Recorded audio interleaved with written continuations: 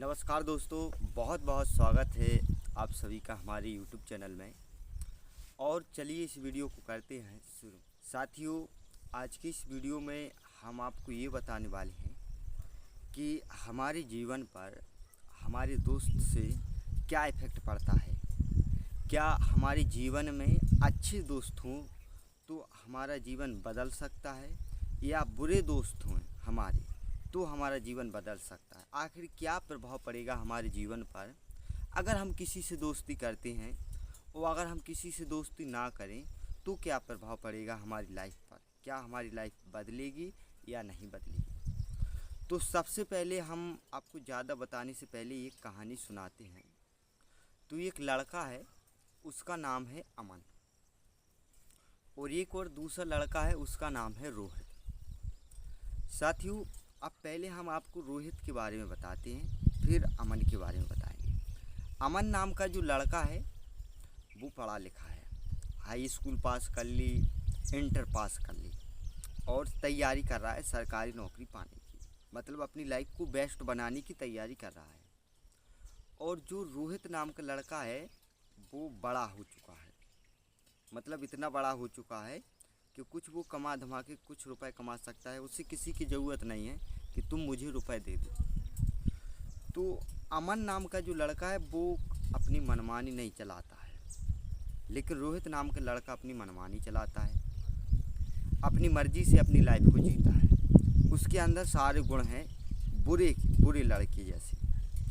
तम्बाकू का सेवन वो करता है, गुटखा बीड़ी सिगरेट ये सब रोहित करता है, शराब भी रोहित पीता है, जुआ भी रोहित खेलता है। अब धीरे धीरे अमन की वो रोहित की दोस्ती हो जाती है।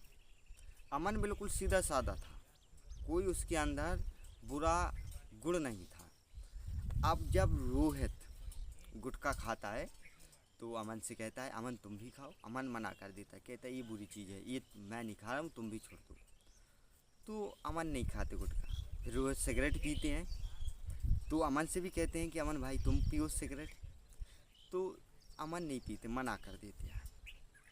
अब फिर जब रोहित शराब पीते हैं तो अमन से कहते हैं कि अमन तुम पियो, तो भी अमन मना कर देते हैं, नहीं पीना है। अब फिर जब रोहित जुआ खेलते हैं, जुआ शराब पी के मद में मगन होके जुआ खेलते हैं, तो अमन से कहते हैं कि अमन तुम भी खेलो, तो अमन मना कर देते हैं कि ये बुरी चीज़ है, जुआ खेलना बुरी बात है, इसमें हारा जीती होती रहती है, हम नहीं खेल रहे, तुम्हें खेलना है तुम खेलो। तो रोहित खेलते हैं और रोहित हार जाते हैं जुआ में, अपना सारा धन हार जाते हैं। जितना रोहित के पास जिम में था वो सारे रुपए हार जाते हैं। तो अमन कहते देखो हमने तुम्हें समझाया था मत खेलो, कोई बात नहीं। अब रोहित निराश होते हुए जाते हैं, कहते हैं बुरा हुआ, हम जुए में हार गए, बुरा हुआ। अब निराश होकर ये दोनों बाजार में बैठे हुए थे, निराश होकर। अमन तो ठीक ठाक था, अमन समझा रहा था कि नहीं खेलना था, नहीं खेलना था, लेकिन रोहित ने अपने रुपए हारे हैं। तो निराश होकर ये लोग बैठे थे, तो ये लोग देखते हैं कि एक बूढ़ा आदमी बैंक से कुछ रुपए निकाल के आ रहा था। बूढ़ा आदमी बैंक से कुछ रुपए निकाल के आता है, तो रोहित उस बूढ़े आदमी को देखता है और उसे लूटने का प्लान बनाता है। और बूढ़ा आदमी जैसे ही बैंक से निकलता है तो रोहित जाता है अमन को साथ ले जाकर और उस बूढ़े आदमी के रुपए निकाल लेता है। रुपए उसका बैग हाथ से छीन लेता है और वो भाग जाता है अमन को साथ लेकर। जब वो अमन को साथ लेकर भागता है तो रोहित सोचता है कि बूढ़ा आदमी था, क्या करेगा हमारा, उसे क्या रुपयों की ज़रूरत है। और ये लोग भाग जाते हैं और किसी अच्छी सी दुकान पे जाकर बैठते हैं आराम से और एंजॉय करते हैं। फास्ट फूड दुकान पर जाते हैं, एंजॉय करते हैं, आराम से बैठते हैं। यहाँ बूढ़ा आदमी रो रहा था कि हमारे बूढ़े में, हमारा बूढ़े का जो सहारा था वो रुपए थे, और रुपए नहीं होंगे तो कौन हमें पूछेगा, कौन हमें खाना खिलाएगा, क्या करेगा। बूढ़ा आदमी ऐसा सोच रहा था और वो रोते रोते हुए थाने पहुँचता है।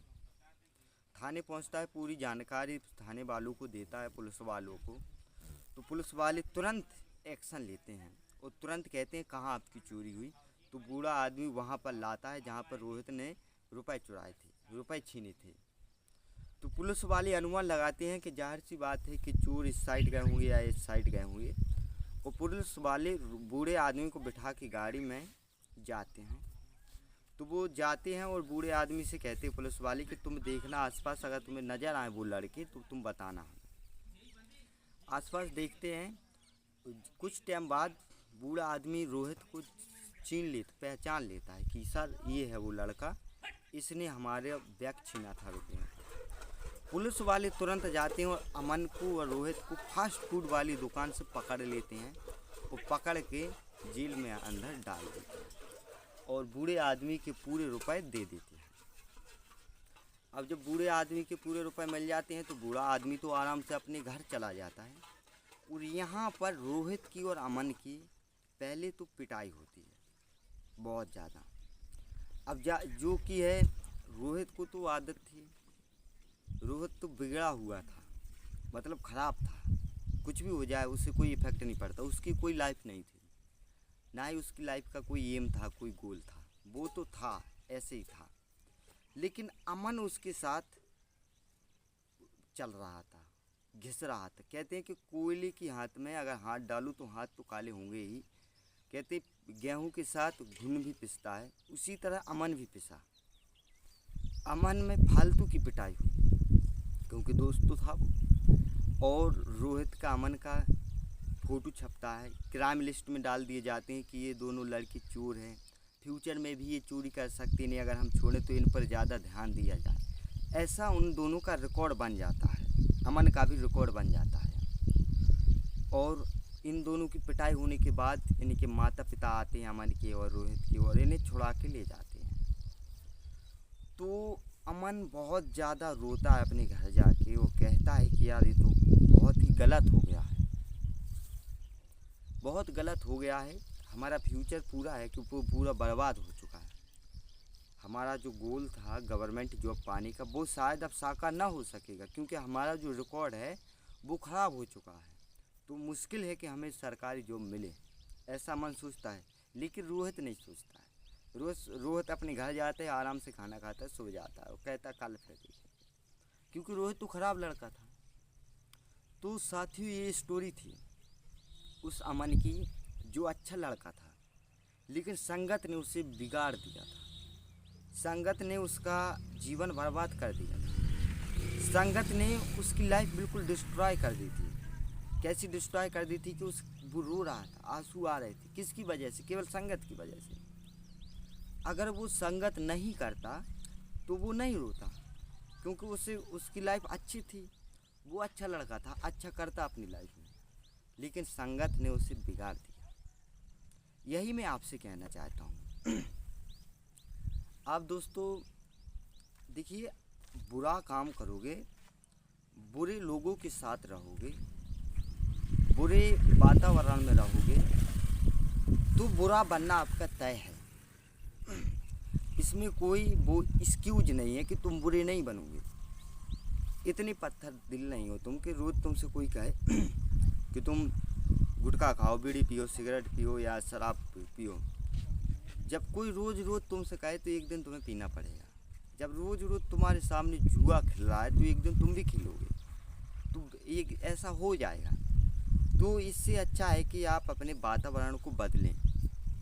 अगर खुद को बदलना चाहते हो तो सबसे पहले अपने वातावरण को बदलें, उस वातावरण में रहें, भले अकेले रहें, उस वातावरण में रहें, उस सोसाइटी में रहें जहाँ अच्छे लोग रहते हों, जहाँ अच्छे लोग रहते हों, जो अच्छी लाइफ जीते हों, उन लोगों के साथ रहें।